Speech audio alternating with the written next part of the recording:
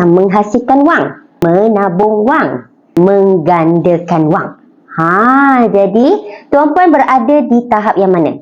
Hai, Assalamualaikum warahmatullahi wabarakatuh. Bertemu lagi bersama Kak Suzy dalam video kali ini.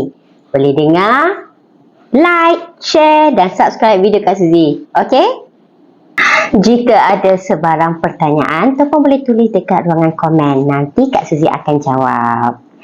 Okey, berkenaan dengan video hari ini, tajuk Kak Suzy adalah wang dan anda.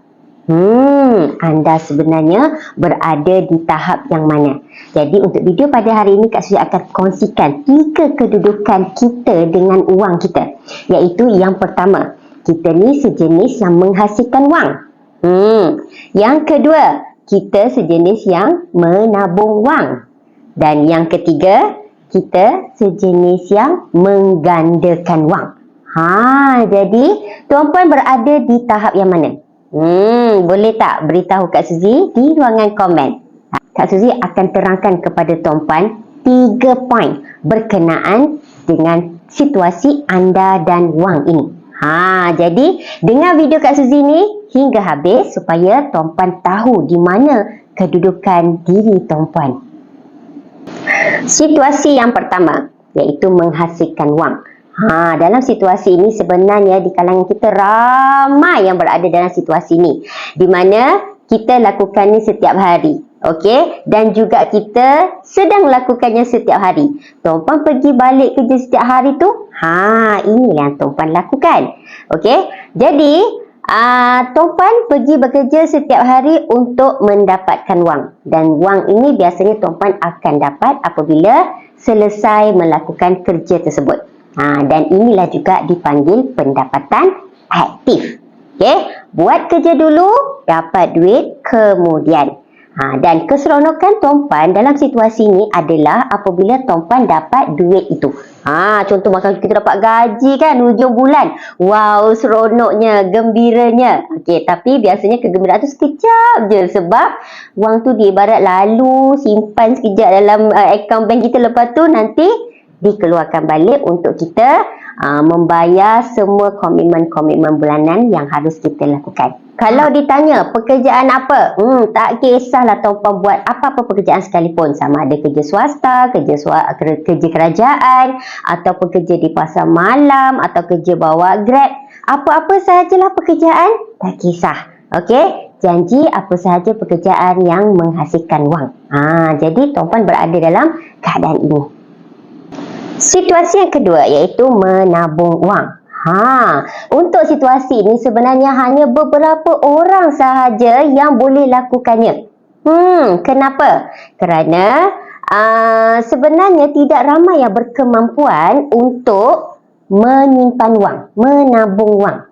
Okey, macam berbalik daripada situasi pertama. Mereka bekerja hasilkan wang setiap bulan, dapat duit tetapi tidak mampu untuk menabung. Kenapa?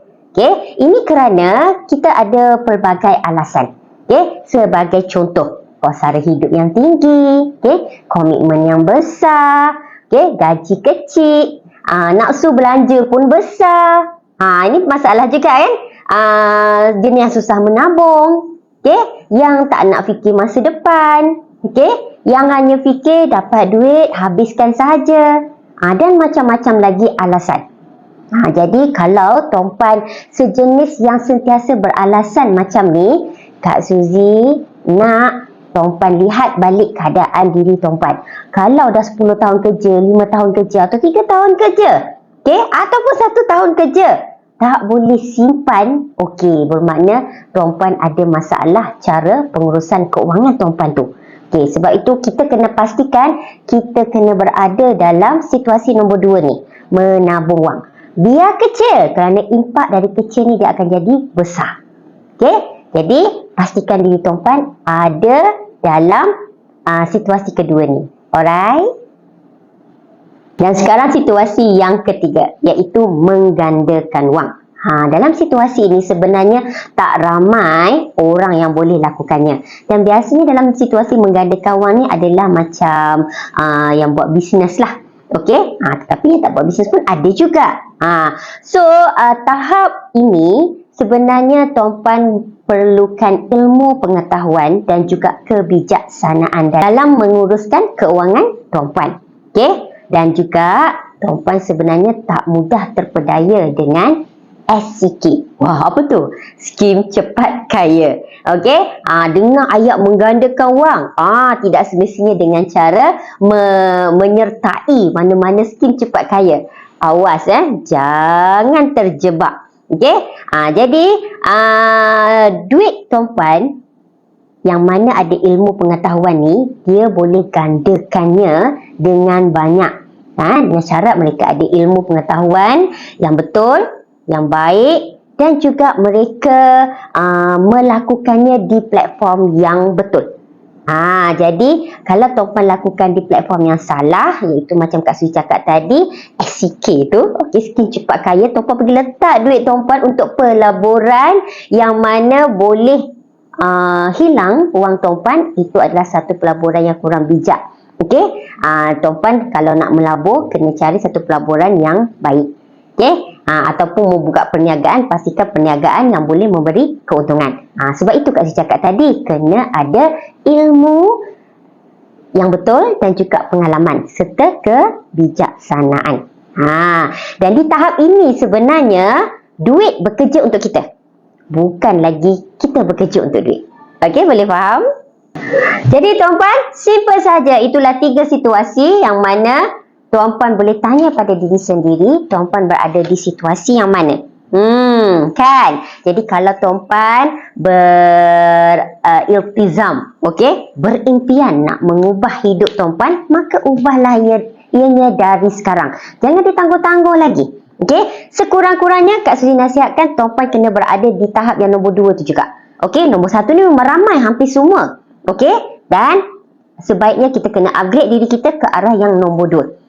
Dari yang nombor 2 tu baru kita upgrade lagi ke situasi yang ketiga, menggandakan wang. Dan salah satu cara untuk tuan-puan menggandakan wang tuan-puan adalah dengan simpanan emas. Sebab itu Kak Sui selalu berkongsi dengan tuan-puan cara simpanan emas yang betul. Pastikan tuan-puan beli emas, dapat emas. Jangan pergi beli emas yang tuan-puan tak dapat emas. So itulah sedikit sebanyak perkongsian Kak Suzy hari ini. Moga bermanfaat. Jika tuan-puan rasa video ni bermanfaat, boleh kongsikan dengan rakan-rakan dan kawan-kawan tuan-puan atau ahli keluarga yang lain. Okey, sampai di sini saja. Kita jumpa lagi di video akan datang. Bye!